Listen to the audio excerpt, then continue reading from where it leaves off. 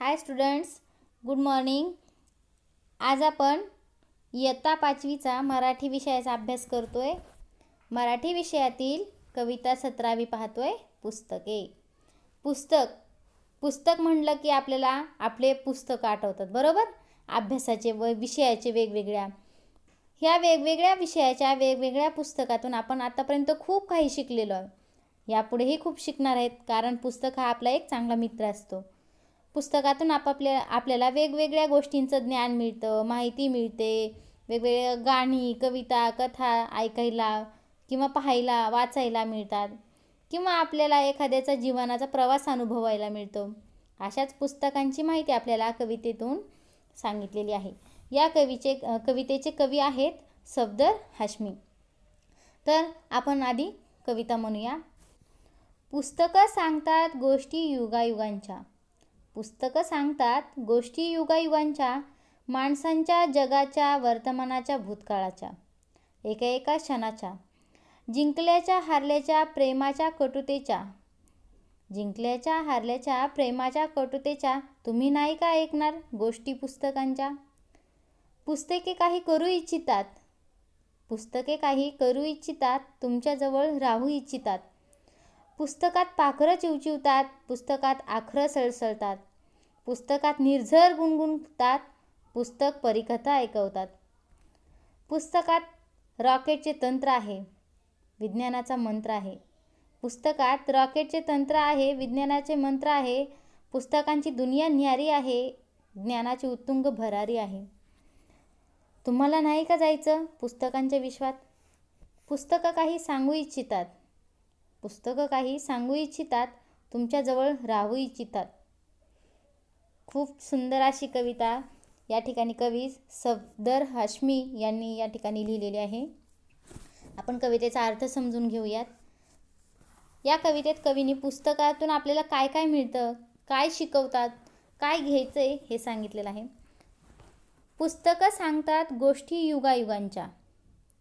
पुस्तकं सांगतात गोष्टी युगायुगांच्या, माणसांच्या, जगाच्या, वर्तमानाच्या, भूतकाळाच्या, एका एका क्षणाच्या. हरल्याच्या, जिंकल्याच्या, प्रेमाच्या, कटुतेच्या, तुम्ही नाही का ऐकणार गोष्टी पुस्तकांच्या. कवी म्हणतात, ही पुस्तकं आपल्याला युगायुगांच्या गोष्टी सांगतात. युगायुगांच्या म्हणजे काय, खूप काळापासूनच्या, वेगवेगळ्या काळातल्या वेगवेगळ्या गोष्टी आपल्याला ही पुस्तकं सांगत असतात. माणसांच्या, जगाच्या, वर्तमानाच्या, भूतकाळाच्या. प्रत्येक माणसाच्या जगाची किंवा मरणाची, मृत्यूची, जन्माची, तसंच जगातील अनेक घटना, त्या वर्तमान काळातील, भूतकाळातील अशा अनेक घटनांच्या, प्रत्येक क्षणाच्या आपल्याला काय असते, माहिती या पुस्तकाच्या माध्यमातून मिळत असते. आणि ह्या गोष्टी सगळ्या कोण सांगते आपल्याला, पुस्तकं सांगतात. जिंकल्याच्या हारल्याच्या, प्रेमाच्या कटुतेच्या.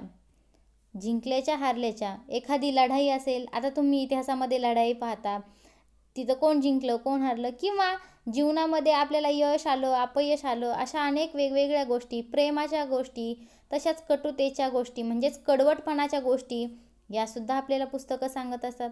तुम्ही नाही का ऐकणार गोष्टी पुस्तकाच्या. कवी म्हणतात, तुम्ही नाही का ऐकणार मग गोष्टी पुस्तकांच्या. अशा या वेगवेगळ्या गोष्टी आपल्याला पुस्तकं सांगत असतात. या गोष्टी तुम्ही ऐकणार नाहीत का, असा प्रश्न कवी आपल्याला विचारता येते. पुस्तके काही करू इच्छितात.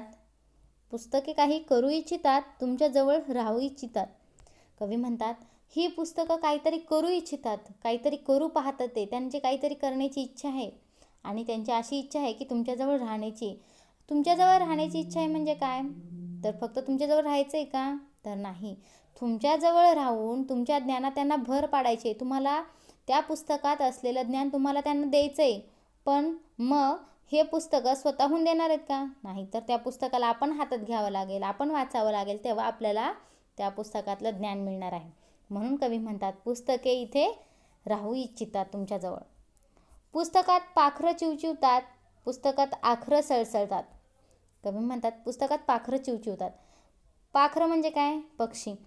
पुस्तकात पक्षी चिवचिवतात म्हणजेच अनेक पक्ष्यांची माहिती, वर्णन असेल, अनेक पक्ष्यांचा आपल्याला त्यामधून संवाद असेल, वेगवेगळे घरटी असतील, किंवा वेगवेगळे त्यांचं पोशाख, अन्न असेल, निवारा असेल, हे आपल्याला सगळ्या कुठून माहिती होतं? पुस्तकं वाचूनच.